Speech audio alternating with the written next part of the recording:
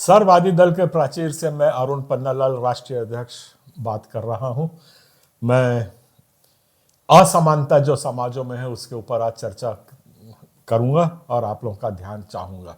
सबसे पहली बात जो मैं क्योंकि हमारा जो सर्ववादी दल बना है ये अल्पसंख्यक वर्ग के हितों के लिए काम करता है और विशेष तौर पे जो उस पे ईसाई उपवर्ग है उस समाज के लिए हम लोग अपना काम करते हैं और आपके साथ रूबरू हो रहा हूँ। और हम जो संविधान की बात करते हैं और संविधान की बात ही मैं आपसे करने वाला हूँ। मैं आज आपके पास एक बात लेकर के आ रहा हूँ कि हिंदुस्तान में जब कॉन्स्टिट्यूशन बना था, जब हमारी संविधान रची गई थी, तो ईसाई का जो मैरिज एक्ट था, जो हमारा जो विवाह अधिनियम था, वो एक स्पेसिफिक कानून हमको दिया गया था। और उस कानून के डिटेल्स में तो नहीं जा रहा हूं, पर जो कुछ आज क्या हो रहा है कि उस हमारे विवाह के जो हमारे विश्वास के अनुसार जो विवाह होता है, विवाह के को रजिस्ट्रेशन जिस किस्म से होता है, ये सब को असत कर दिया है। असत का मतलब इनको हटा दिया है बगैर हमारी अनुमति सहमति कुछ भी लिए हुए। इसके लिए मैं आपके पास सीधे सीधी बात करता हूं और तुरंत आता हूं, और वो ये है कि आज लोकसभा में स्टैंडिंग कमेटी जो है वो दो ऐसे एप्लीकेशनों पर विचार कर रही है, जिसमें पहला एप्लीकेशन ये है कि अगर लड़की 16 साल की हो जाती है तो वो जा करके घर को छोड़ के जा सकती है और किसी भी गैर मर्द के साथ रह सकती है, चाहे उसका बॉयफ्रेंड हो, दोस्त हो, जो कोई भी हो, शी इज फ्री। वो जाए और अपना घर छोड़ के जाए और उसके ऊपर माँ बाप का, समाज का, चर्च का कोई भी नियंत्रण नहीं रहेगा। ये कानूनी प्रावधान किए जा रहे हैं। दूसरी तरफ आपके प्रावधान देखिए, आज तक किसी भी लड़की के बालिग होने की उम्र 18 साल है। 18 साल के बाद माँ बाप उसकी शादी चाहे तो कर सकते हैं। ये एक स्थापित लॉ है, स्थापित कानून है। आज जो स्टैंडिंग कमेटी में बात हो रही है, ये हो रही है कि लड़की की उम्र बढ़ा करके 21 साल कर दी जाए। आप मुझको ये बताइए कि लड़की 16 साल में भागने के लिए, उसको जब घर छोड़ के भागती है, गैर मर्द के साथ रहती है, उसके पास पूरा कानूनी संरक्षण है, पर उसी लड़की का हम 5 साल और हमको ठहरना, तब जाके हम शादी करवाएंगे। 21 साल की होगी तभी आप उसको शादी कर सकेंगे, पर 16 साल की उम्र में वो भाग सकती है। क्या यह हमारे विश्वास और सबके साथ कुठाराघात नहीं है? सोचिए इस बात पे। दूसरी बात मैं जो आपको कर रहा हूं, गोवा और महाराष्ट्र से मुझको ऐसी रिपोर्ट मिली है कि वहां पे जो रजिस्ट्रार होता है, जो पंजीयक होता है, शादियों का जो पंजीयक करता है, विवाह पंजीयक हम लोग यहां बोलते हैं, वहां कुछ और बोलते होंगे, तो वहां पे आज महाराष्ट्र और गोवा में ईसाई मैरिज एक्ट जो है, जो क्रिश्चियन मैरिज एक्ट है, अधिनियम है, उसको वो दोनों सरकारें नहीं मानती हैं। तो मसीही रूपरेखा से करी गई शादी अमान्य है। इसलिए उन लोगों ने किया है कि एक पादरी को तनख्वाह पे, सरकारी पादरी को रखा हुआ है रजिस्ट्रार ऑफिस में, और रजिस्ट्रार ऑफिस में शादी जब किसी कपल को करना है ईसाई रीति रिवाज से, तो वो जो पादरी को, जिसको जो सरकारी पादरी है, जिसको तनख्वाह सरकार दे रही है, वो आपके पादरी उसके शादी को देता है, और उसके बाद वो जो रजिस्ट्रार उसके बाजू में बैठा होता है वो उसका पंजीकरण कर देता है। हमारा मूल सवाल एक ये है, धर्म को कंडक्ट करने के, धर्म का निर्वाह करने का अधिकार सरकार के पास नहीं है।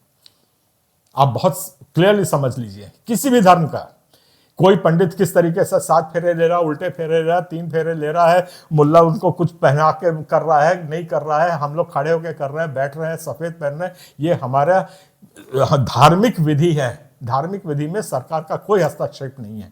फिर सिर्फ ईसाई समाज के साथ कैसा हस्तक्षेप हो रहा है कि आज वो पादरी हमको वहां पे देगा, और अगर पादरी रोमन कैथोलिक है तो, अगर प्रोटेस्टेंट है तो, अगर अब वो पेंटिकॉस्टल है तो, कोई दूसरे उसका वो है उपपंथों का है तो, क्या वो सबको एक भेड़ बकरी बना दिया आपने?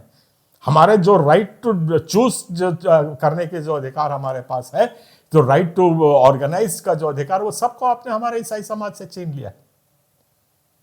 बहुत गंभीर बातें हैं ये दोनों इश्यूज जो मैं आपके प्रयास कर रहा हूं, इस पे सोचिए। अब मैं सीधा आता हूं इसके समाधान पे। आप क्या करेंगे?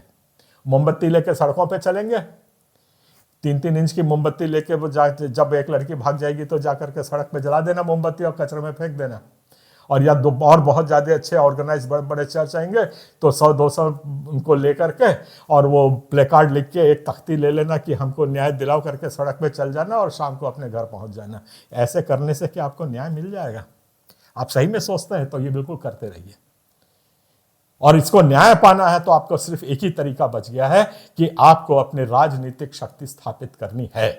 इसके सिवाय आपके पास कोई विकल्प नहीं है। और या मरने तैयार हो जाओ, आपकी लड़की भागती है तो भागने दो, 21 साल तक उसकी शादी नहीं कर सकते हो तो करने दो, एक सरकारी पादरी आपको शादी दे के 2 लाख मार के निकालता है तो उसको करने दो, वो कौन सी बाइबल पढ़ता है, सरकारी में कौन सी बाइबल रिकॉग्नाइज्ड है नहीं है, कौन सी विधि को मानता है, वो सब उनको जो मर्जी है करने दो। और आप लोग सब चुप बैठो। आपकी चुप्पी से मुझको बहुत ज्यादा शिकायत है। आप लोग चुप क्यों हो? क्यों जागरूक नहीं है आप लोग कि आप लोग जाने कि आपके समाज के ऊपर किस किस्म से हस्तक्षेप ही नहीं, ये हमला है, हमारे विश्वास पे हमला है। आप कैसे चुप बैठे हुए हो? आपस में लड़ने के लिए चर्च के पास्टरेट कमेटी के पॉलिटिक्स सब आपको आती है, पर जब हमारे चर्च में इतने बड़े हमले हो रहे हैं तब सबकी आवाज बंद है। ये बहुत दुखद पहलू से आप गुजर रहे हो। आप टोटली समाप्त हो जाओगे। मेरी बातों को याद कर लीजिए। और दूसरी बात मैं कहना चाहता हूं, हम लोग बड़े खुश हो जाते हैं, जैसे मैंने अभी पिछले एपिसोड में आपको कहा था, आज फिर दोहरा रहा हूं, बार बार रस्से आवत जाते हैं, सिर पर पड़त निशान। शायद आपके मस्तिष्क पे एक निशान पड़ जाए कि आप बड़े खुश होते हैं कि हमने कांग्रेस पार्टी ने हमको ईसाई प्रत्याशी दे दिया, भाजपा ने हमको 3-3 ईसाई दे दिए, आप पार्टी ने 6-6 ईसाई दे दिया।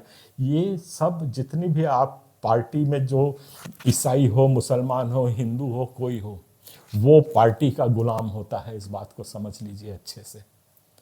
जो पार्टी कहेगी उन गुलामों को वही करना होगा। इसका जीता जाता उदाहरण कंधमाल में है, जैसे मैं पिछले एपिसोड में बोल चुका हूं।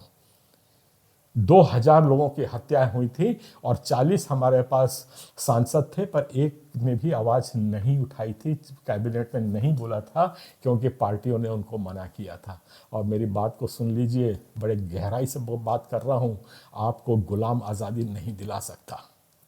आपको इस आज़ादी दिलाएंगे तो आपके मन में जो मसीह है वो आपको आज़ादी दिलाएगा, वो ही आपका आज़ादी करेगा। और मसीह कोई आसमान से उतर के नहीं आएगा। मसीह एक विश्वास है, मसीह एक विचारधारा है, आज़ादी की विचारधारा है, स्वतंत्रता की विचारधारा है, अंधकार को तोड़ने की विचारधारा है। उस विचारधारा को अपना के आप डट के जब तक सामने नहीं आएंगे और एक राजनीतिक दल को आप, जो आपका खुद का है, जो आपके हितों के लिए बना हुआ है, उसको आप समर्थन नहीं करेंगे, कल आप कहीं के नहीं रहेंगे। ये मेरी बात को आप लिख लीजिए। आप वहां पे ठेकली ले लो, भीख मांगने की तैयारी कर लो, घर मकान छोड़ने की बात कर दो, आपकी बेटी को उठा के ले जाए 16 साल में तो उसके लिए तैयार हो जाओ। आप 21 साल तक शादी नहीं करा सकते, उसके लिए तैयार हो जाओ। और चर्च, आपकी शादी वादी वैसी अमान्य हो गई है, ठीक है, छत्तीसगढ़ बचा हुआ है, पर कब तक बचा रहेगा? तो इन सब बातों को गंभीरता से लीजिए, सामने आइए, सड़कों पे मत उतरिए, अपनी दिमाग का इस्तेमाल करिए, संगठित होइए।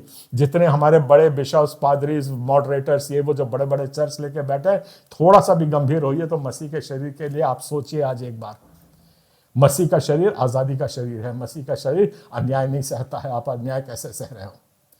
इस अन्याय को हमको पूरे संवैधानिक तरीके से लड़ना है, संवैधानिक तौर तरीकों से लड़ना है, और इस जो हमारे पर गुलामी की मानसिकता है उससे बाहर निकलना है। इतनी ही बात बोल करके मैं अपनी बात को समाप्त करता हूं। हमसे संपर्क में आइए, हमसे बात करिए, हम तैयार हैं। इतनी बात करके मैं अपनी बात को आज विराम देता हूं। सबको जय जोहार, जय छत्तीसगढ़, जय।